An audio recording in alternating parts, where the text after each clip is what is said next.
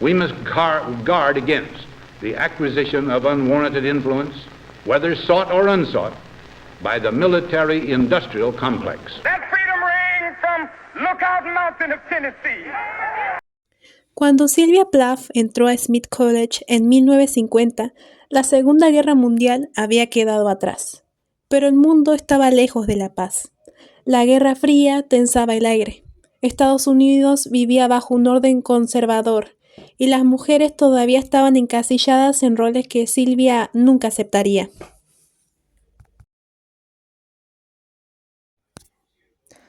En los años 50 y 60, la literatura femenina todavía estaba en bastante controversia y había algunos temas que eran aceptables para las mujeres, por ejemplo, los romances, familias, una maternidad idealizada, lo que se dominaría como chick lit, que es un subgénero que suele centrarse en mujeres jóvenes, su vida profesional, amorosa y social. Tiene un tono ligero, irónico y cercano, o sea que te puedes identificar con el personaje. No busca tanto el drama existencial. Por ejemplo, el diario de Bridget Jones o El diablo viste a la moda. Pero Sylvia es lo opuesto al tono ligero del chick lit. Sus temas de identidad femenina y presión social se cruzan de manera oscura. Si alguien dijera chick lit con vibras de Sylvia Plath, su aporte vanguardista sería meter bisturí en lo que normalmente se dice o no se dice en la superficie, en lo que nos avergonzamos de decir, mostrar, compartir y sentir. Por ejemplo, mostrar la fiesta muy glamurosa y todo eso, pero también el momento de soledad, con un trasfondo oscuro. Usar un lenguaje que mezcla glamour con crudeza. Pero primero, ¿quién es Sylvia Plath? Sylvia nació en Boston un 27 de octubre de 1932.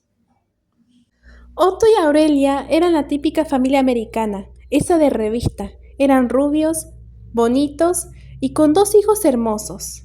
La primera a nacer sería Sylvia y su hijo Warren Joseph Plath. A los 8 años logró publicar su primer poema en una revista literaria de la ciudad. Seguramente ese fue un momento muy especial que marcó el comienzo de una creación imparable, pero que también fue el inicio de sus problemas emocionales. Su padre, Otto Plath, que era un profesor de universidad y una autoridad en el campo de estudio científico de los insectos, muere el 5 de octubre de 1940, a los 55 años, tras una diabetes que no quiso tratarse, lo que más tarde terminaría con una amputación de pierna y una fulminante embolia pulmonar.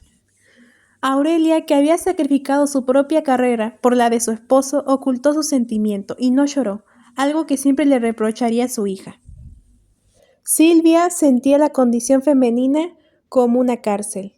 En su diario expresa: "Mi gran tragedia es haber nacido mujer". Expresó debatiéndose entre la mujer sumisa, como su madre, que la sociedad esperaba que fuera, y la feminista que se sentía y quería ser.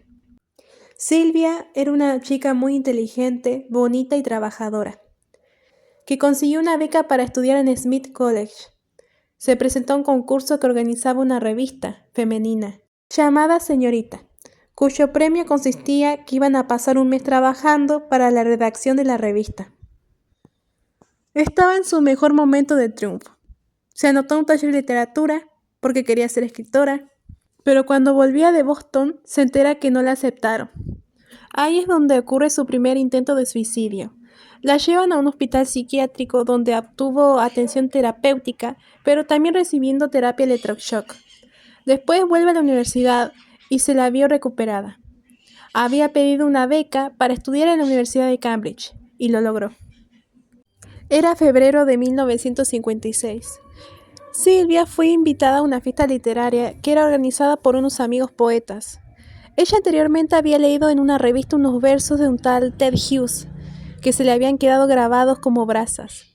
Entre vasos de vino tinto y risas, lo vio, alto, con mandíbula marcada y esa mirada oscura de hombre que sabe lo que vale su voz. Sylvia se acercó sin rodeos, Le dijo que admiraba su poesía y que quería hablar con él. Ted sonrió. Acto seguido, ella le puso las manos en los hombros y lo besó. En ese beso, Hughes le mordió el labio con tanta fuerza que le sacó sangre. Sylvia, lejos de apartarse, le devolvió la mordida en la mejilla. Un instante salvaje, medio animal, que los dejó a ambos respirando fuerte. 4 meses después, el 16 de junio de 1956, se casan. Tienen 2 hijos. La primera nacer es Frieda Rebecca Hughes, que hoy en día es una escritora y artista visual, y a Nicholas Farrar Hughes, nacido en 1962, quien fue un biólogo marino que lamentablemente murió en 2009. En 1960, Sylvia Plath publicó El Coloso. La autora se centra en el Coloso de Rodas, una estatua construida en el año 280 a.C., que mide 3 metros de altura y representa a Helios, el dios griego del sol. Sylvia expresa el dolor tras la muerte de su padre a través de la imagen de una estatua.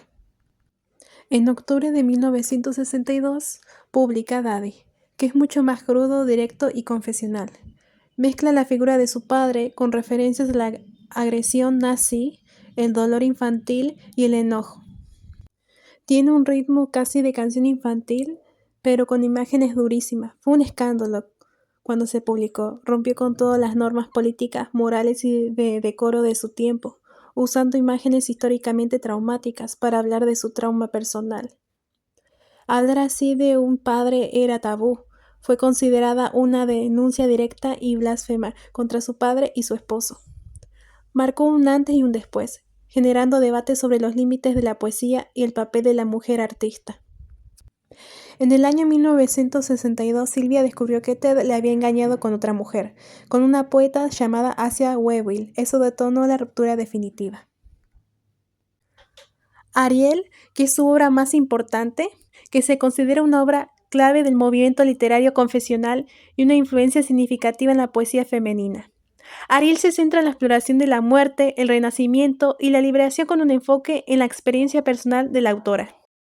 Años después de su muerte, en 1963, bajo el seudónimo de Victoria Lucas, se publica La campana de cristal, su novela autobiográfica que narra la historia de Esther Greenwood, que sería su alter ego, que se trata sobre una joven brillante que sufre una depresión muy profunda y explora temas como la identidad femenina, la presión social y el papel que tenían las mujeres en los años 50.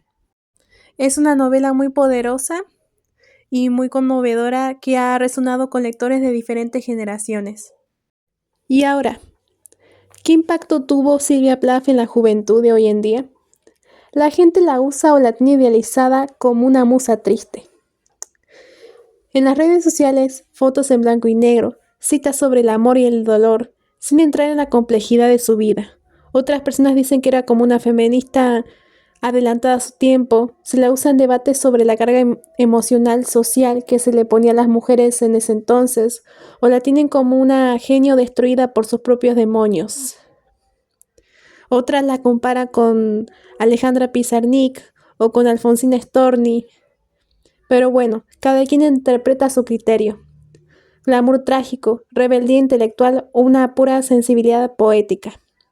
Así que eso es todo. Espero que les haya gustado el video.